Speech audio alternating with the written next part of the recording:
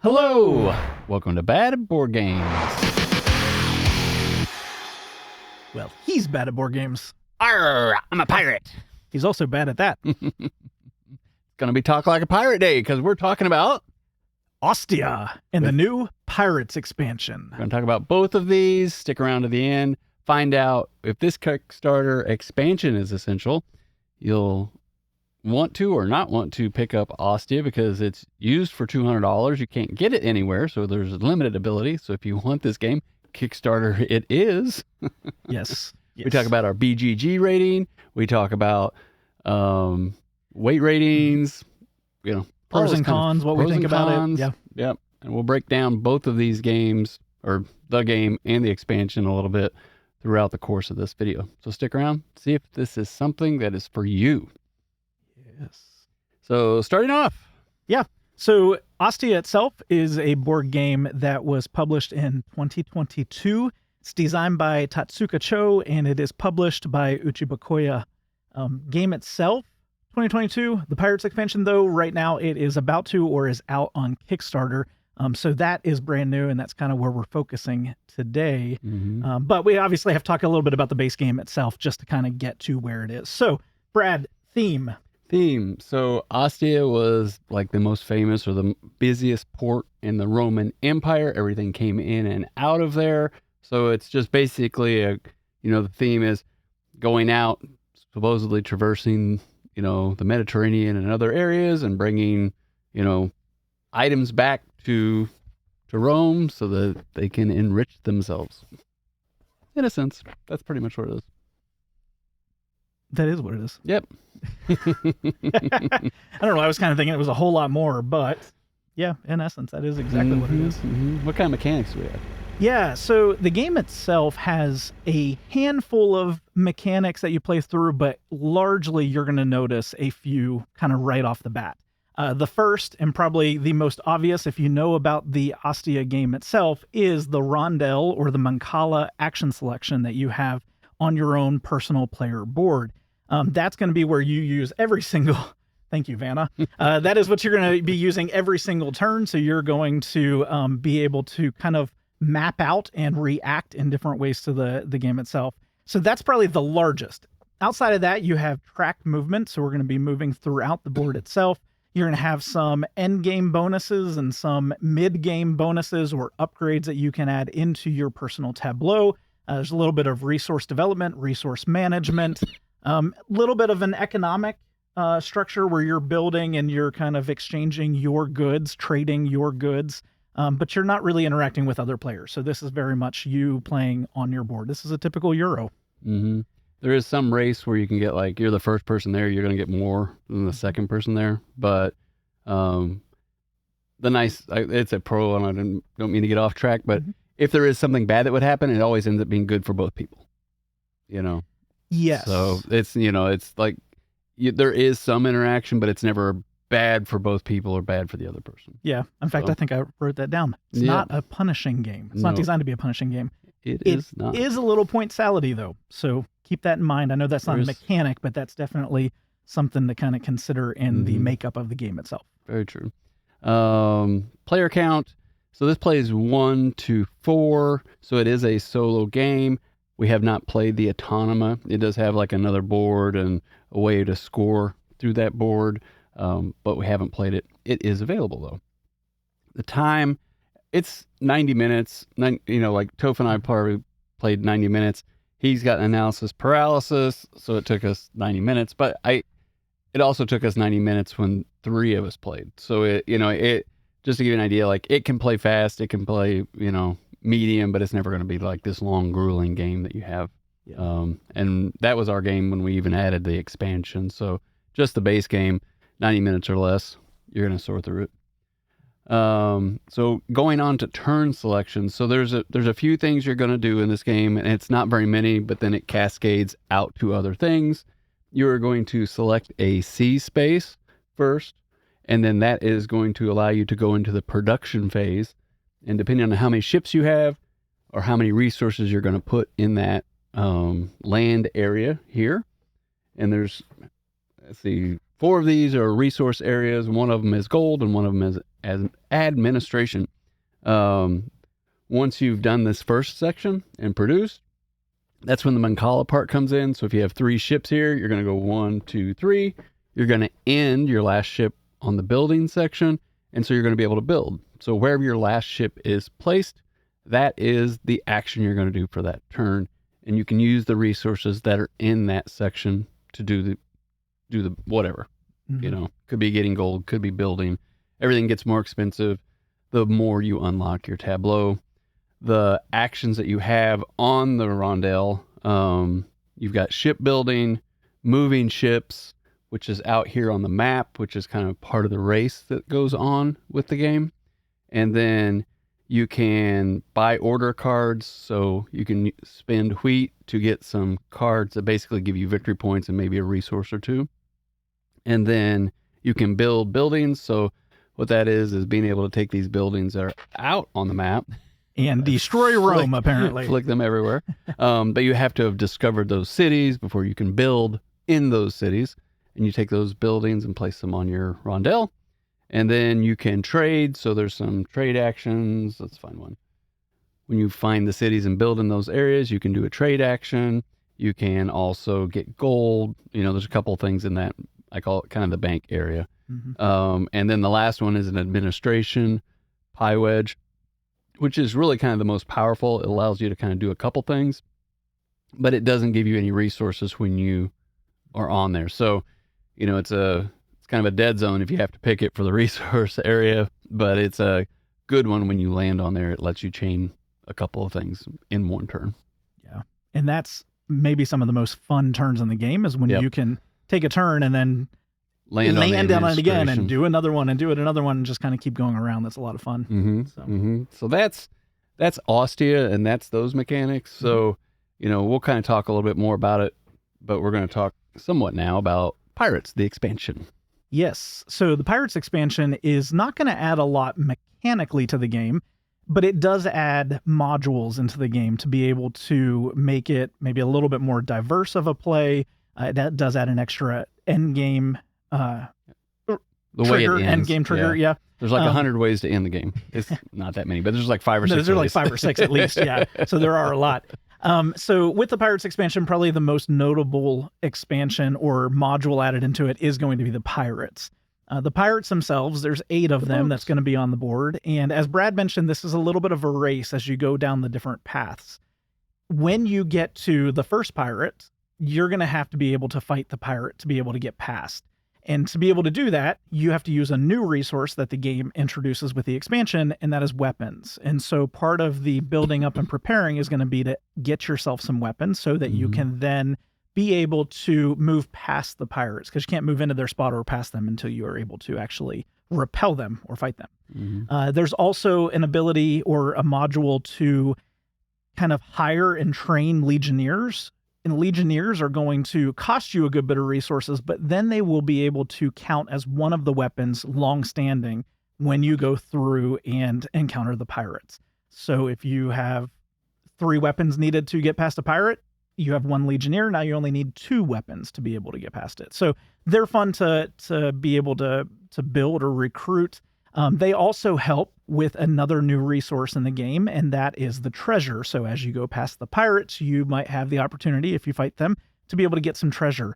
And those treasure chests at the end of the game are going to exponentially get better for you if you have more Legionnaires out. And all that gives you extra victory points. The more Legionnaires you actually get, more victory points. The more treasures you get from fighting pirates, more victory points. Yep.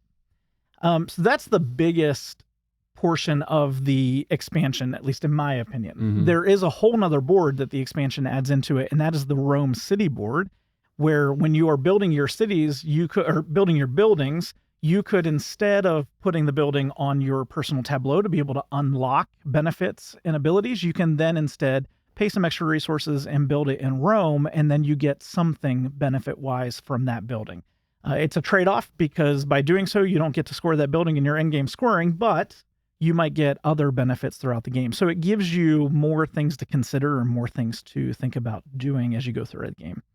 Those are the biggest things that the game's really going to give. It does have the expansion. It does have kind of a starting You get bonus. or you draft 2 cards. Yes. With what do they call them? Oh goodness gracious, I don't remember right now. But one's like an advisor almost, and another one's like an ability. Yeah. You know. They're not huge. I wouldn't say that they are game swinging cards, but I was able to really use one of mine 2 or 3 times in the whole game. But it paid off for me in those couple turns. But what those additional benefits give you also are demerits or penalties. And so you'll take these cubes, put them on your player board, and they are -7 victory points at the end of the game. So part of the expansion is ways to be able to get rid of those dishonor. And so that's another little fun thing to kind of balance. It does with the events that is added into the new pirate expansion. The events will, if you're kind of the leader in a certain area, whatever the event is, the most buildings, the most ships, whatever it is, you will be able to get rid of one of your dishonor. And if you're the loser, you take one. Yeah. So that's fun. Yeah, and it's like a dark gray cube instead of the okay. That doesn't want to do anything. Instead of the brown resource, generic cubes, it's like a dark gray cube, and that represents the negative victory points you have that you're trying to remove from your tableau now within the game. Yeah. So all in all, it just adds a little bit more to the game. It gives you more things to really look at. And the boats are cool. Awesome. These are some really cool little boats. Yeah, the boats are awesome. I will say the expansion does add, I don't want to get into pros and cons too much, but it does add a little bit more interaction with people in a Euro way. So things like the events, who's going to get the most? An event happens, but at that point, all it is doing is saying like, who has the most of this thing, who has the least of this thing, And where Brad talks about it not being punishing, if there are 2 people who are scored for first place or last place, it's always going to... You both get it. Yeah. You don't split it. You don't get half the victory points. You don't get half the resources. It's just like, okay, you both tied for the most. You both get 100% of whatever it is. So, yeah. And every time you come up with that, like there's one section where I call it the bank with the coins. My brain wants to say you can take one of those 3 actions, but the rules are you can take all 3 in any order. Like it's very, it's not trying to be punishing and tight that way. It's trying to make you optimize your Mancala system to then, bring in the tightness, so to speak. But it's not like, hey, once you land on that, you only get to pick one of these things. No, you can do all of them. And so that's kind of refreshing. Yeah, we didn't talk about the free actions, but there are free actions you can do throughout the game, and some new free actions in the expansion. But that's where Brad's kind of spot on that. It's you have options, you have things you can do. And I guess so we're on to our pros, right? So that's one pro. Another pro I have is I think it was just easy to learn, which was like you get into Euro games and you're like, okay, how many days am I going to have to spend learning this game, right? And understanding each level. It's not depth after depth after depth.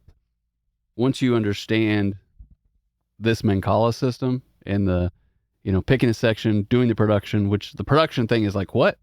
You actually get to do it first before you move. And then you take the action when you land. That's the easy part. And then the rest of the game kind of falls into place. There's a few little things with the racing your ships out to get to the end of the tracks and things. And you can't send 2 ships down the same path. Some stuff like that.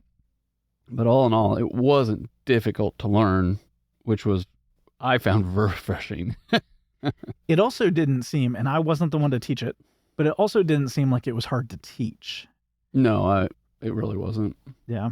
I think we talked about a few things, and like I said, I think the hardest thing to learn was that you pick a section, however many ships are there, you get to put these brown cubes as a production in that area, then you move your ships.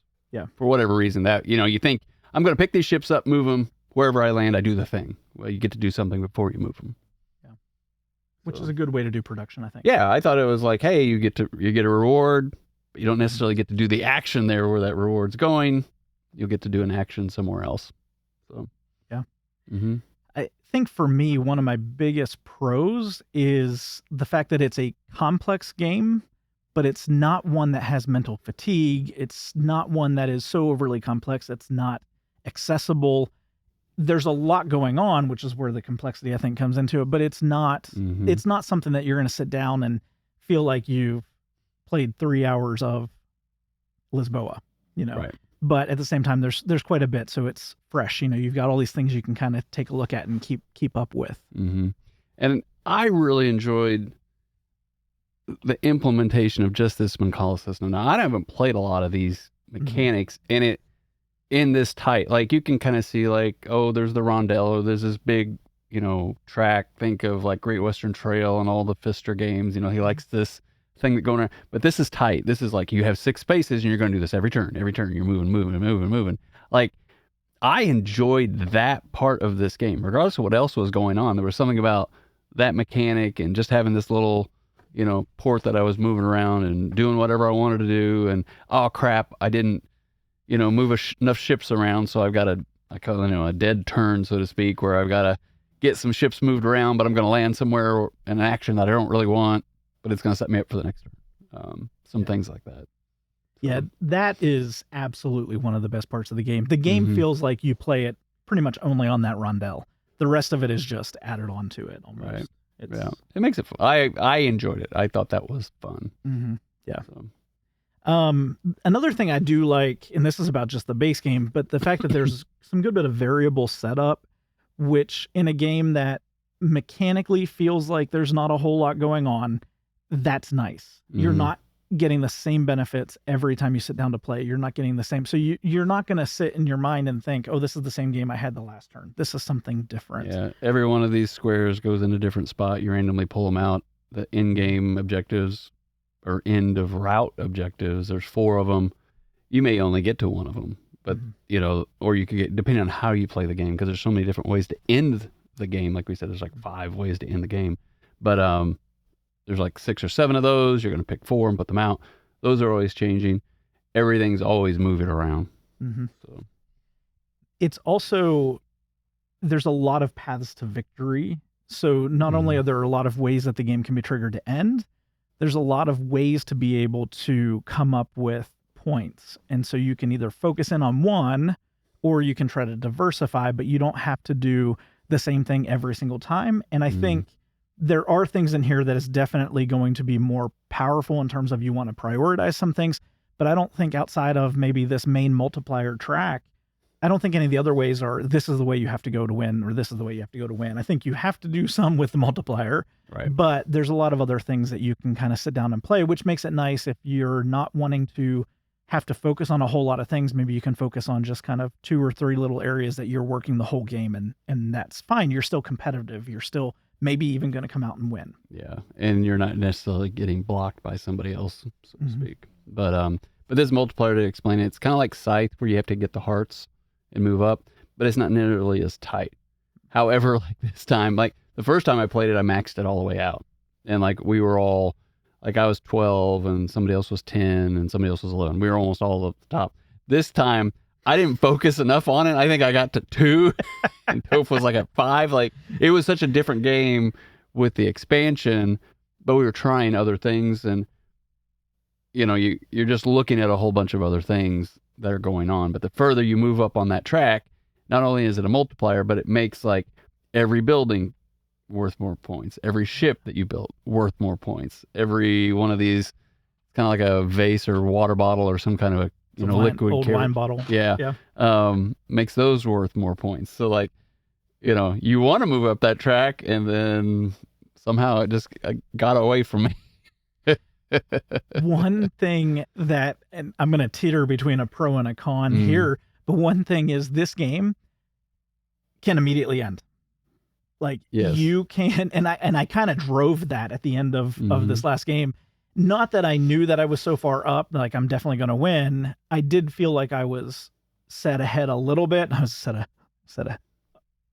ahead a lot, actually. But I knew, okay, it's time. Let's see what we can do. But you moved right at the end of the game. I did, We were both kind of like down here in the low level, and then he shot up and ended the game. in like 1 or 2 turns. Yeah, I ended up on on this kind of end of path victory, which is end game kind of scoring, but it gave me immediately 3 extra movements up this multiplier track. And then the next turn I ended the game by building buildings, I think it was, or ships. I think it was buildings. And so the game is done. Like, it's not like, oh, everybody gets another turn, you know, you can kind of come up with your thing. It was like, okay, well, the game is now done. Brad started, he was first player, got back, I ended the game. Like, there was nothing Brad could do, which I think is good and bad. Like, that ending, how quickly it ended, it was exciting. Like, to think, oh, I'm going to do this. Okay, I'm good to go now.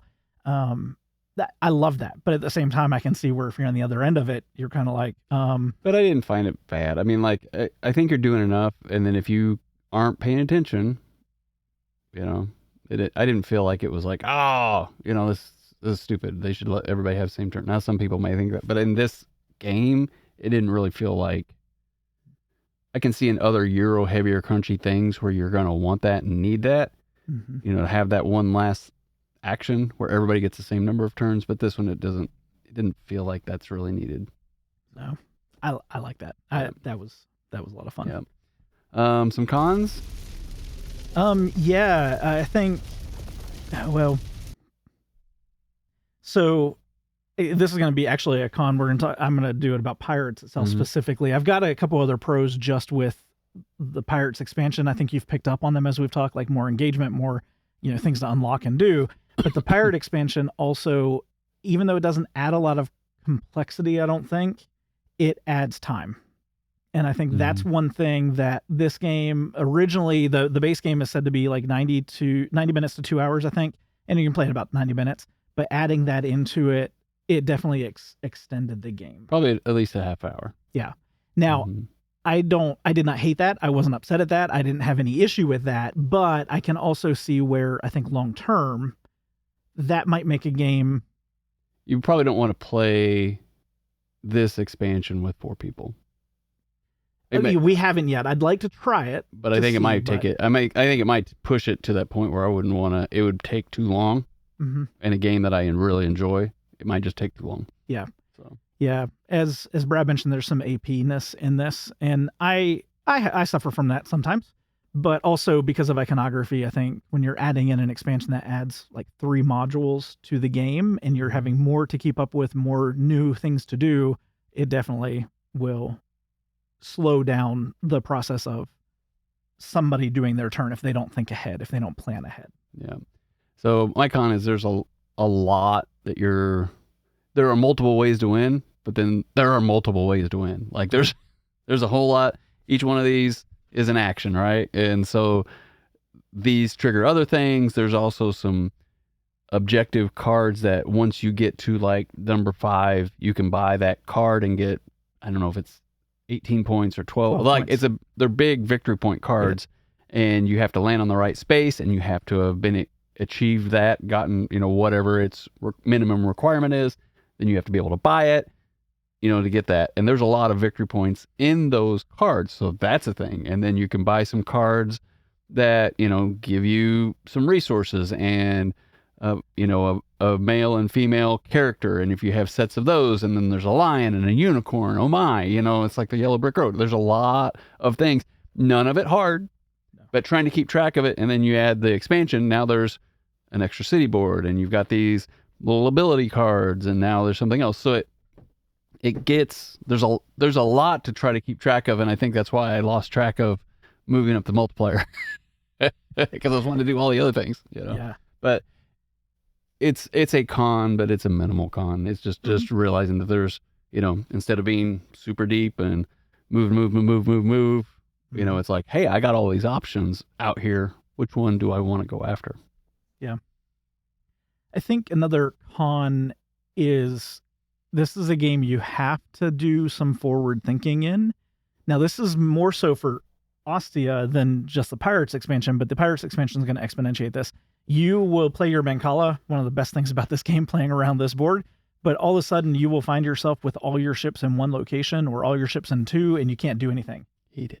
Yeah, I did that a couple times. Well, you did at least once too. You did it first. I just followed suit. Yes.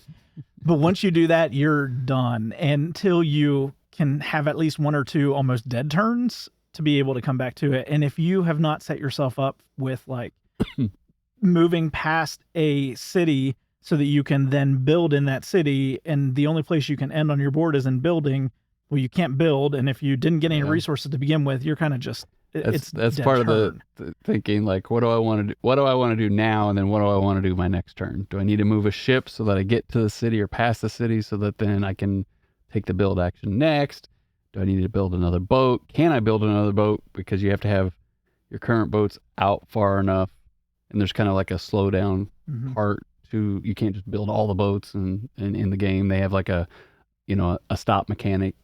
Thou shalt not make the bigger boats until you get, your little boats out on the racetrack, so to speak. So some things like that. And the pirate expansion definitely adds a little bit into that, because now you can't get past pirates. So you can only go halfway across the board, and then you're stuck until you get weapons, and you have to buy weapons. It's not a resource to just get. So it's, it can add a little bit. New players, maybe you don't want to start them off with the pirates expansion. Get the base game down, because understanding some of the icons takes a little bit of time. That's some of the, I think, AP-ness is just kind of... It's not horrible, though. It's not, There's been a lot of worse games on the icons.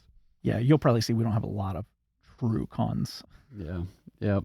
Was that your con or mine? That was, I think, mine. All right. So my con with the pirates specifically is that it is another stopping point, right? So you have to kind of stop your everything to then get weapons to then be able to get past the first pirate requires, I think, 2 swords to beat him, and then the next one requires 3. And then the more people that fight pirates, it increases the next time you hit those. So these aren't always 2 swords to beat these pirates. After everybody's fought a couple times, now it may be like 4 swords to beat that guy. So you're playing this balancing of the expansion side, kind of stop gaps, because it's stopping you from racing across the board, and then moving on to your next strategy, with what you want to do with the thing. So it's definitely not play the game first by itself. You'll have a lot of fun, and then add this to have, more going on, more options, and, interesting choices that come up.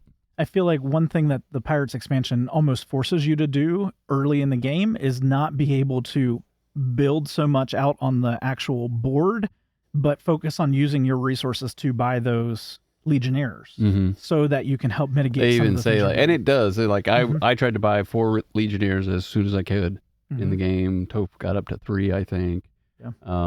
So there's definitely those bonuses of that's just going to help me get through the racetrack, so to speak, as I go out. But they cost every single resource. Yeah, it costs you 6 resources to get 1 Legionnaire, and they shift a little bit depending on if it's the first Legionnaire, second, third, fourth.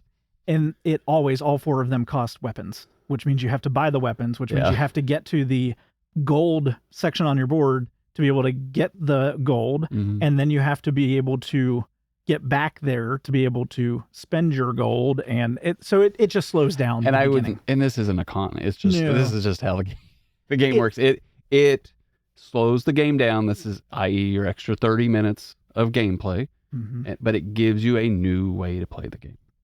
Gives you weight rating. Yeah, so BGG is putting the game somewhere around 2.8. I think it was 2.87. I think that's accurate. We were discussing this as we were playing it, and kind of after, just, what do we think? Where does it fall? And I kept thinking in my mind, I almost want it to be a 3+ because of the fact that there's so much going on. But then you look at the mechanics, and that mechanic, even with what's added into the Pirates expansion, isn't adding difficulty. It's not adding a lot of weight. It's just adding more stuff that you can do, which may be able to actually make it a little bit easier if you focus in on something and really go with it. So I'm thinking, I initially said 2.5 when we were talking, and the more we got talking about it, I kept thinking, no, it's a little bit more, it's a little bit more, it's a little bit more. I think that's about accurate. Yeah, I mean, if I had to, I'd say 2.75. It's easy to learn, but then there's a a whole lot going out here that you can do when you do it, but you know. Yeah, I think it's a great game to be able to like introduce people into this style of a Euro game, a little bit into the heavier side without it being way too complex. Mm-hmm. I mean, even like one of your favorite games, I can't think Castles of of Burgundy? Castles of Burgundy. Yeah, that takes more to teach than this. Yeah, this is because everything is right here. Yeah. It ends up being pretty easy to teach. Oh, I landed on that. What do I get to do? Oh, you get to do this one action. Mm-hmm. And you can move on. Like it is an easy concept to grasp. Yeah, love that. So So, what about the value? So I can't tell you what the value is because right now this isn't available to buy unless you want to spend $200 for it. The value of that is $0. Don't buy it on eBay for $200. Buy the Kickstarter because it will be cheaper. I'll probably put a value rating once I actually see the Kickstarter launch here in a couple days. I'll put down there where I think the value is for the base game and the expansion, just so you can reference it. But I don't know what it's going to cost right now because the Kickstarter is, I think, 2 days, 26th, 27th, 28th, somewhere in that in February. Yeah. So we're getting close to that, but don't buy it for $200. So I'm going to put you on the spot. I don't know if you've thought about this. What do you think you would, now that you've played it, you want to add it into your collection, what do you think would be something you'd be willing to say, this is a 4 or 5 in value, and then the Pirates expansion, what would you buy it for, do you think? I don't know about the Pirates expansion. I really don't. I don't want to say because I don't know what they're going to charge, but I would think this is a $75 to $85 game. Like you would that's about a 4 in value for you. You would pay it. Yeah, I like it. I mean, I like it. I think, obviously I like everything at $50, but that's not the world we live in. And it's really nice components like these meeples. Like, I don't know if this was $100, I still don't think it's a bad deal. I would say for the quality you're getting, I would say it was good, but I don't know where they're going to land. I would happily pay $75 for this. No question.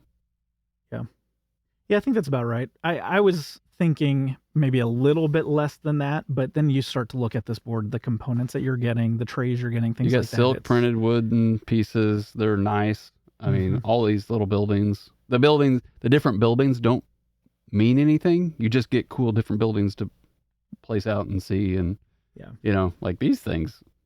Like I said, these pirate ships are, I almost want to buy the expansion just for the pirate ships. Oh, wait a minute. I don't have to.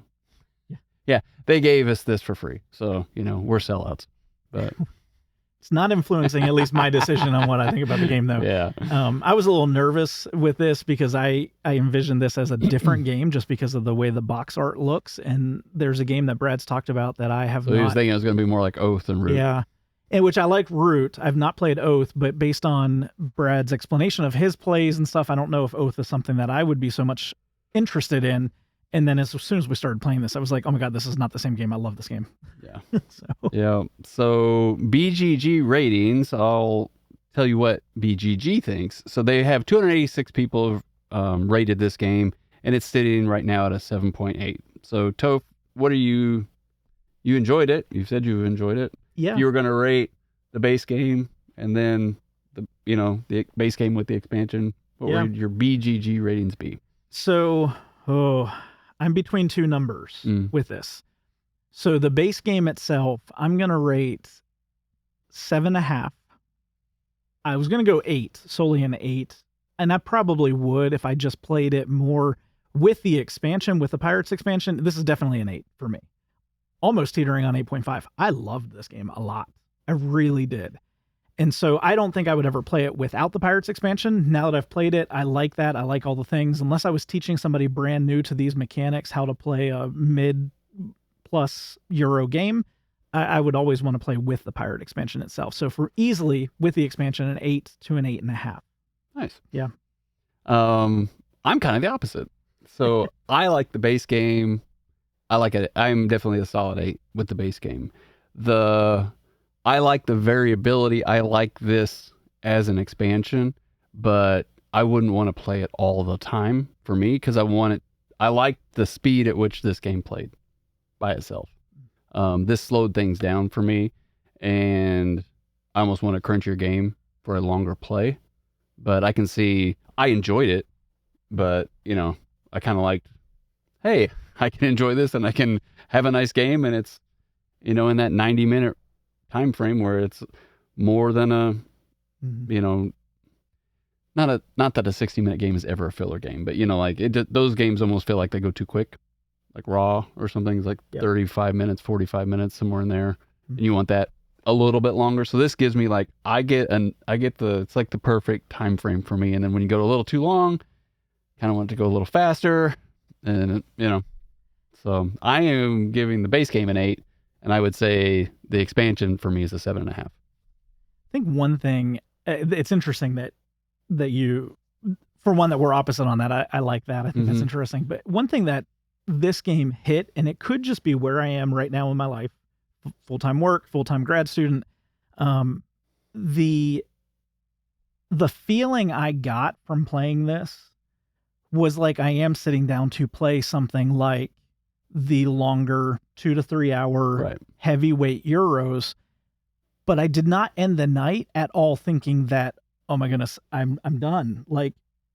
we played this, I went home and I studied with no problem. Like I didn't feel like I was tired. I didn't feel like I did something hard, but I felt the kind of satisfaction of playing what I felt almost was like a heavyweight game. So for a midweight game where we are very much heavyweight game players, we also love playing the midweight games.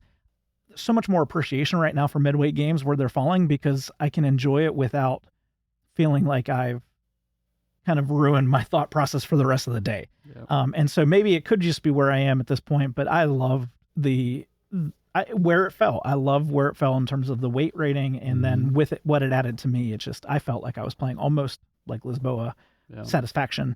But we don't rate a lot of games at 8. A lot of games we review are not 8s. They usually hit 7 or lower. So this is we enjoyed this game. I don't want you to think you go back and look at our cons, whatever. It's more to just give you a well-rounded view of what we think about both these, the base game and the expansion. I don't think the expansion's essential. Toph doesn't want to play it without the expansion, so everybody's going to have those same kind of feelings, and you just have to kind of determine what's best for you and the money you have. Yeah. I'm anxious to see this one come out and see where it's going to fall.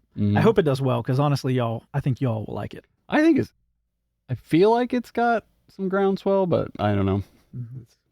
It's not on the hotness yet, but hopefully it will be. I've seen some people talking about it here or there, but I had to kind of go looking for it, because it's not a game that I knew without really, seeing it show up. I kind of heard about it before, but I didn't know a lot about it until I started looking into it. So. I love the look of this game. We didn't talk about the look. It's kind of, it's kind of that older Euro, it's not overly produced, but it's got enough detail to make it interesting, but not so much detail that you get lost. I love the look of the not bright colors and easy. So anyways, definitely. So those are our thoughts. We'd love to know what your thoughts are as well, especially once you play it. Or now, are you thinking maybe this is a game that you want to pick up on Kickstarter, something that's on your radar? Maybe it wasn't before, like it wasn't before with us. Yep. Let us know. We always like to interact with you. And are you backing? Do you already have it? Or you want the expansion? Or are you seriously considering the $200 on eBay? Don't. Please don't. Please. You can do whatever you want, but you might be able to wait for this one. Maybe it won't take too long. We'll see. Hopefully not. But for $200, you could probably back this and something else. Yep. Absolutely. So just remember, no matter how you play, whether it's solo, with family, or friends, enjoy whatever games you are bringing to the table. Have a great night. Bye.